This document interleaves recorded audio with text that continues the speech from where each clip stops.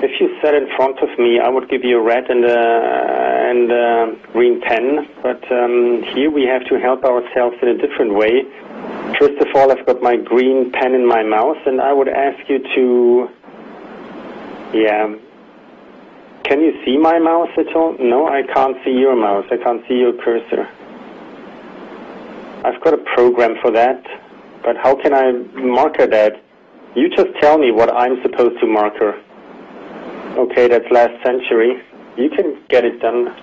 TeamViewer, that's really good. You should try that. Version 12. Anyway, that's a German company, by the way. I hope that the translator has translated that as well. That's duly noted. With this Adobe, that's one of those things, you see. So, okay, this is quite clear. MAC3, important immune evasion mechanism. What's a bit sad is that you do not simply write at the top what LAC3 means. That's a bit sad. What do you mean? This lymphocyte-associated anti-gene number 3. But this is mentioned here. Yeah, on the first page, but I'm supposed to comment on every slide. No, but they belong together. Okay, good. And at the bottom as well, that LAC3 is independent of PD-1. That's important.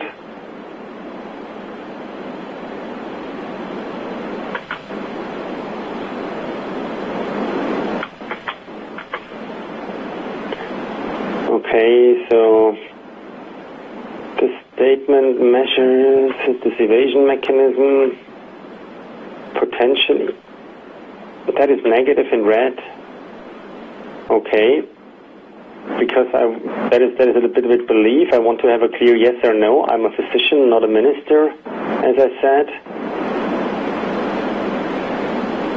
Yeah. Then hotel, T cells, and so on. He quotes hotel. That is important. And also the preclinical data up here is important. But the word potentially should be made in red again. Okay.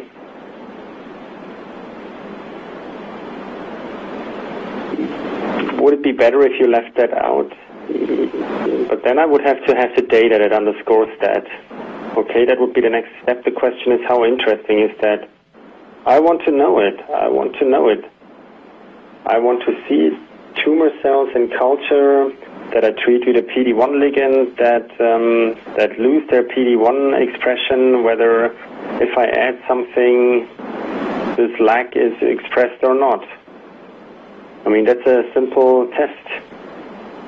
We're talking about a biomarker here. Does it become clear on this page for whom this biomarker might be relevant? Yeah, sure. That's relevant for all patients at the end of the day that I treat with a PD-1 ligand, because this goes into this double therapy once again, and that implies at the end of the day, so not so much either or, but both. Which therapy line do you see it in? Well, for all BRAF 600 negative ones. And ideally in stage 3 or potentially neoadjuvant. Okay. Where is the neoadjuvant in that? Before operation. That's what the big hope is for the others at the moment. The question is, do you see that on this page? No, I don't see that on this page, but you ask me where I see the therapy. On this page, I don't see any therapy at all, but I only see that you use it double. But the question is, does it become clear on this page which patients should be tested if this therapy existed? For me, yes, but if that's clear for every dermatologist, I've got my doubts about that. Because, I mean, I did molecular biology for 6 years, so that's something that I still know, but I know from experience that there are not so many of them. You have to put the wording clear, basically. Okay, for all patients that are treated with PDL in first line and also in second line, or only, well, in first and in second line, that's why I'm saying it. I mean, for all BRAF 600s, where it doesn't work with MUC and MEC at the end of the day, and where it could also be I mean, the indication stage 3, ABC, interestingly, for the brain mets that works. That's very interesting to see if that would also work for LAG3. So if this barrier can be overcome, that has been proven. And stage 4, obviously, distant mets and everything. And the question, but there hasn't been an answer for the others, neoadjuvant before the operation. You mark up that in green, that it's independent. Yeah, of course. It seems to be logical that this is independent. I mean, every anti-DNF is independent of the PD-1 ligand, but you don't have to do it for that. I mean, if the one is downregulated, the other one is not automatically downregulated. For hotel, you already said there is this idea of retesting, yeah, included, that the tumor and the expression in the course of therapy changes. When we discussed that in the beginning, this idea didn't seem to be so interesting for you. Yeah, I repeat myself, we already do combinations. You first of all have to prove that your combination, you implied a combination nivolumab with your new LAG3 as biomarker with something, with a therapy that is addressed for that this is superior to existing double therapy, and that's where I said I'm not so enthusiastic. Let's say there's a patient, you test him first line, he is LAG3 positive, whatever the cutoff might be, but would for a PD-1, PD-L1 be qualified, and would get CTLA-4 then automatically, which does justice to LAG3 indirectly. That is, in the second line, you wouldn't test him for LAG3 anymore? No, why? Why would I do that? I mean, the moment where CTLA-4 doesn't work, I could obviously also test him for LAG3 at the end of the day, but the other way around, do I test for CTLA-4? Okay, but it's about the biomarker that's indicated here. Yeah, but in terms of logic here, I mean, for CTLA-4, if I give them Yervoy, I don't look for CTLA-4 either. That's relatively stable biomarkers. At the end of the day, it's molecules where I cannot imagine that they're suppressed, but they will always be expressed. So you would also give it if the indication is not there without testing CTLA-4. That's a primary mechanism at the end of the day, these antigenes, as far as I know, to defend against bacteria and viruses. So PD-L1, I don't know the publication, I'll look it up, but what I would need from the manufacturers now is, I need a report, where are there examples that LAG3 is not there, is not expressed in melanoma on the lymphocytes. Okay. Because it doesn't make sense to test for something that's going to be there always, or should always be there, could always be there. Okay, potentially I'm running into a brick wall. I'm trying to understand. I mean, normally something is indicated and you tell me the indication requires testing for a biomarker. There's a certain cutoff as of which you can give it, and then something where you cannot give it. The moment where your biomarker is always present, and that under this there is also an expression. But if this is not given, then the testing doesn't make sense. Why do you assume that it's always there? For CTLA-4, it's always there too, you know, but I haven't seen many publications about where it wasn't there. Well, the way I've understood it and the way it was explained to me, there are people who express it and there are people who don't express it. And that's something that I need to know. I don't know it, therefore I'm asking the question, and that should be included here, but it's not. Okay. So you'd need at least one sentence that there are people like BRAF 600, you know, 60% of melanoma have a BRAF 6, or 40%, sorry, have a BRAF 600 mutation and 60% don't. Something like that, maybe. And there would have to be a very long sentence.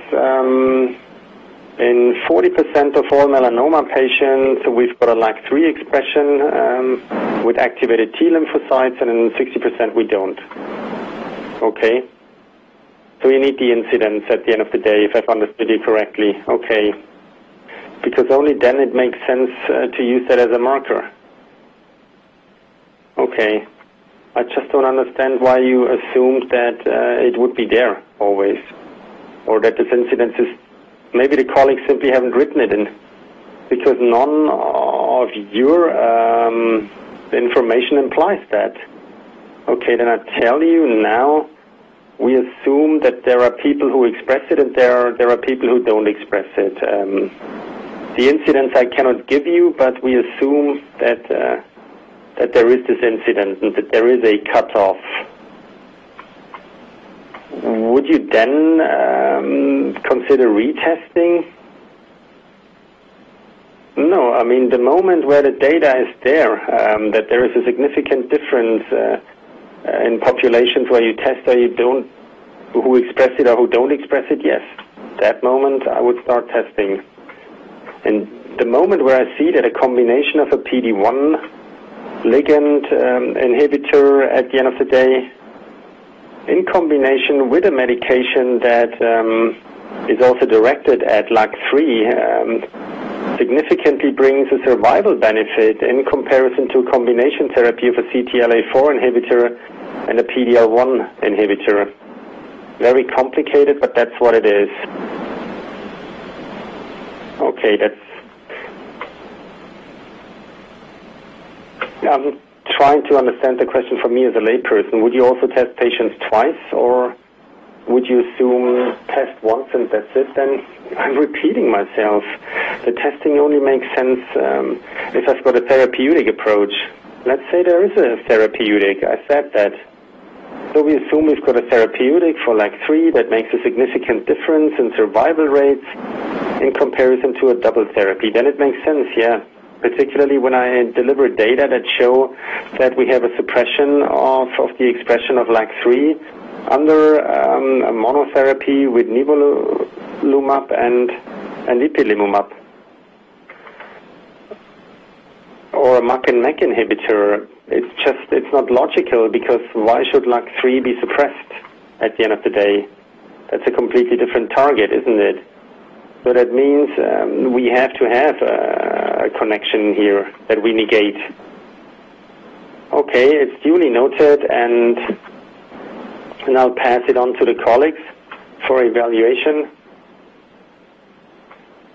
Then let's see what you say about my third page. You want me to give you honest answers, don't you? Okay. Anti-lag. Why don't you tell me that? That's what was missing. There is anti-LAG3, but I did say that. Okay.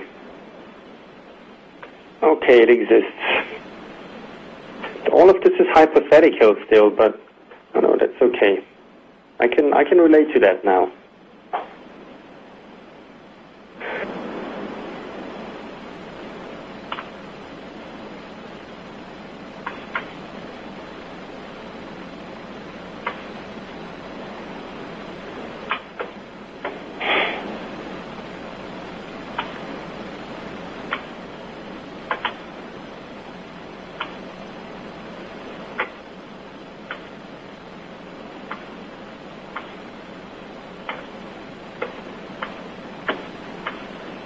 Yeah.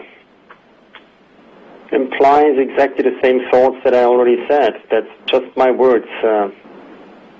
CTLA-4 anti-PD-1. So what do you take back home about LAG3 here? Well, the first sentence is very important. We assume that anti-LAG3 in combination with PD-1, and then there's a lot of repetitive stuff apart from the numbers that we said. So in many, many tumors, it's super data, and it looks like this combination has been done in 55 patients, where I only did anti-PD-L1, so you have to wonder, why did I not do the combination immediately? And alone anti-PD-L1 is out of the art. That's over and done with. We always do a combination, and this would have to be used as comparison. That's what I told you. That's my words. So would this page be convincing to test? No. No. Why? Because this combination anti-PD-L1 with anti-CTLA-4 is missing. Okay. But it's not a product that is related to CTLA-4. No, that's clear. But we just said we've got an indicated double therapy for BRAF 600 negative ones that we already use. So that we only give anti-PD-L1 nivolumab has been over for 26 months. Nobody does that anymore. Okay, so you want to have a study where LAG4 is included. Yeah, of course, of course.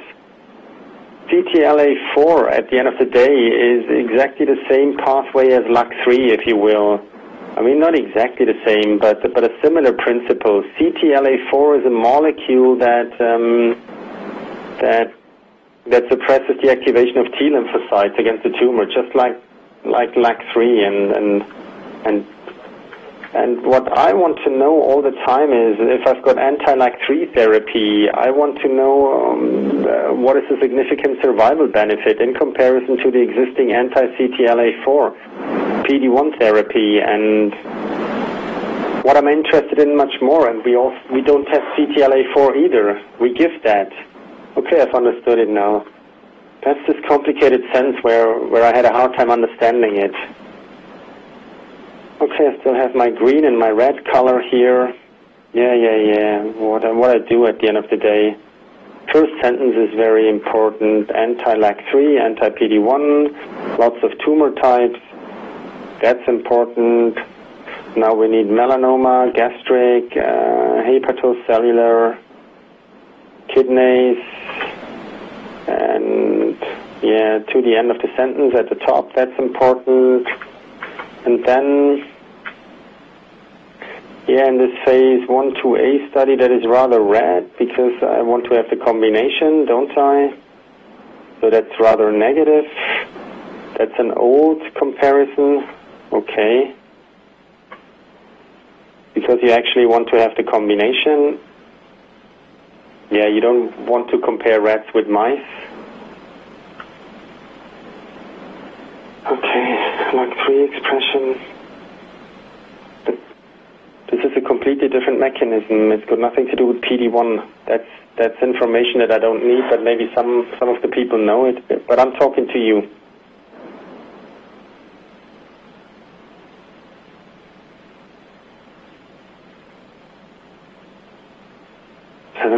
Versus non-expressers. I would like to know how many don't express it. That's an important statement, so that's green.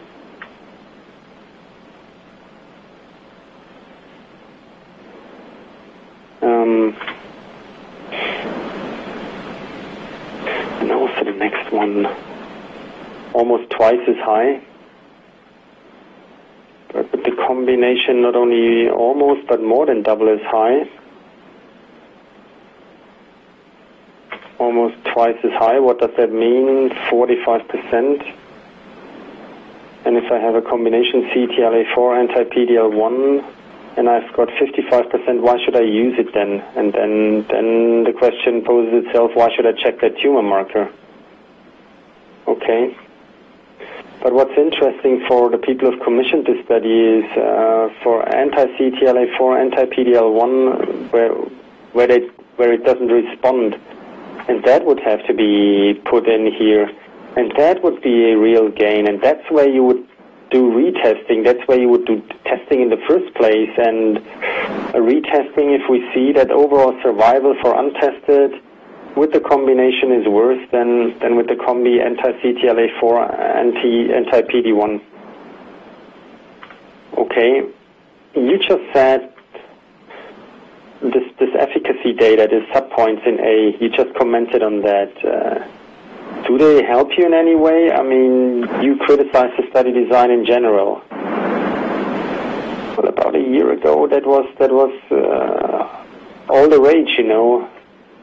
Of 2 years ago, we asked ourselves about nivolumab. It's not that young anymore, but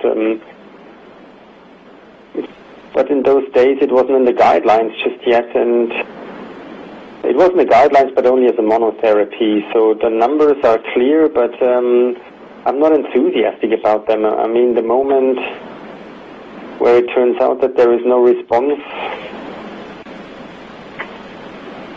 But here we've got a 20% response for expressors and 7% for non-expressors. Does that justify testing? What I'm interested in is the combination use. That's what I'm interested in. And for the anti-PDL4, it was only 20%. So like that, the data doesn't help us. No, nothing at all. For anti-CTLA4, exactly the same. We all thought if we inhibit that, if we put on the brakes there, loosen the brakes, I should say, then all potential T cells will attack the tumor like werewolves. But in reality, it was only in 20-25%. And then it all went on, and we said, okay, then we do the PD-1 ligand, and then we said, oh, we've got 35-40% or something, and then the combination had 55%. And we thought for a time CTLA4, that is this inhibition, that's gone now, that's broken. And it was practically like a reanimation, this whole thing, when it was used in combination. And now the next question that poses itself is the triple therapy. That is what I'm interested in most. Why should I set them against one another? Anti-CTLA4 and LAG3 should be taken together with PD-L1. That would be my conclusion. So that's the data that you would have to see. Maybe we'll come to 70% then. Who knows? Okay. I don't have any data on that, but maybe we'll reach it. And now I don't have sound. No sound. No sound on my end.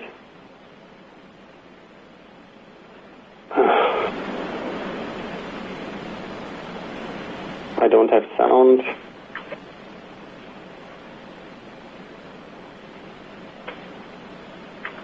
No sound.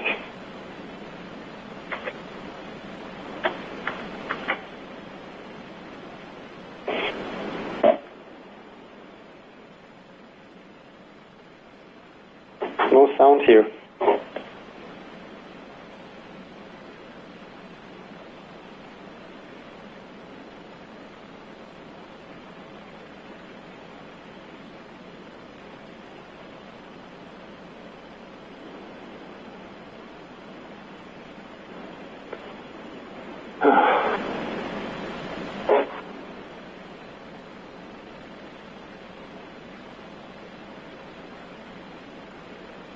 Maybe I'll try to log out and log in again, but I don't have sound. Everything looks normal. I don't have sound.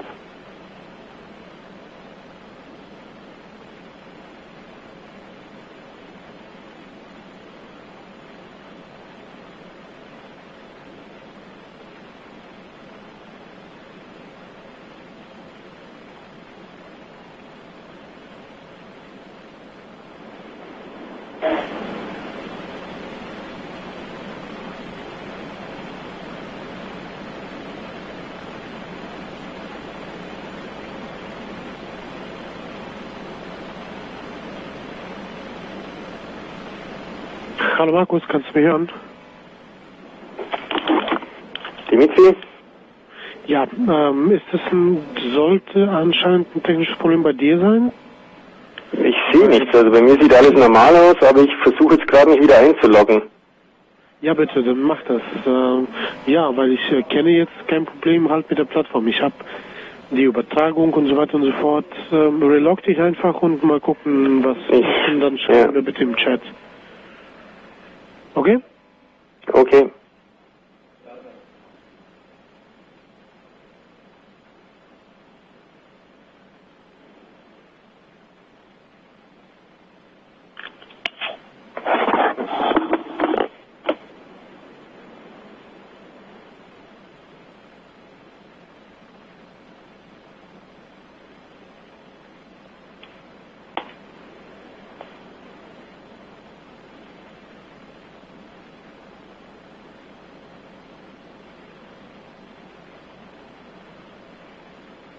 Okay. That's something that I cannot do for CTLA-4. Okay. That is, it motivates me as a therapeutical approach, but not so much as a diagnostic approach. Okay. You said even if it was needed by the indication, you wouldn't test either, if I've understood you correctly. Yeah, hang on a second. If it is needed, then I can relate to that, because the indication says what I said too. I want to know how many melanoma express it and how many don't express it, and that is what is important, okay? Then, if I have to test in daily business, that is something that depends on the indication. If we see that only 40% express LAG3, I don't know, then it's quite clear. Then I would run the testing. If you had the respective antibody that gives you results that are above CTLA-4 or a triple therapy and show a significant increase of survival rates without side effects. Okay, then you've seen everything that I've got in terms of information. If we see that as an argumentative flow, this is page 1, this is page 2, and then page 3. How compelling is this? On a 1 through 7, we're exactly in the middle, because there's important data missing. And which page is the most important one? The last one. Okay. But if I've understood you correctly, your interest in the biomarker, it would at least trigger because, yeah, only because of that. Did you see anything in it that would keep you? That could keep you from using the LAG3 biomarker? No, nothing. There's nothing that is negative to be careful about it, but important points are missing. Then, let's suppose you meet a colleague of yours, same specialty colleague, is somebody that you can communicate with at eye level. He's never heard anything about LAG3. What would you tell him very briefly about LAG3? What would you say? The one thing that I told you as well, that at the moment there is a revolution within melanoma therapy with double therapies, but we don't get above 50-55% in 3-year survival rate, stage 3. We also have spontaneous remissions, and it would be interesting to develop a triple therapy with an anti-LAG3 antibody, which is on the market now, and now it's desirable. In triple therapy, we might have fewer side effects then, and a significant increase of the survival rate, but not every melanoma expresses LAG3, unfortunately, and insofar you have to run a test beforehand. Okay. And what would your colleague say? He would say, yeah, I'd like to see the data. If he was at eye level, he would take a look at the survival prognosis, and then he would, and I would have to give him the long-term survival data at 3 years, and then he'd say, yes, I'm convinced, let's do this, definitely. But we're talking about a triple therapy. What if it was a dual combination, PD-1 and LAG3? Well, here we'd need the 10% efficacy increase, and if that's identical, yeah.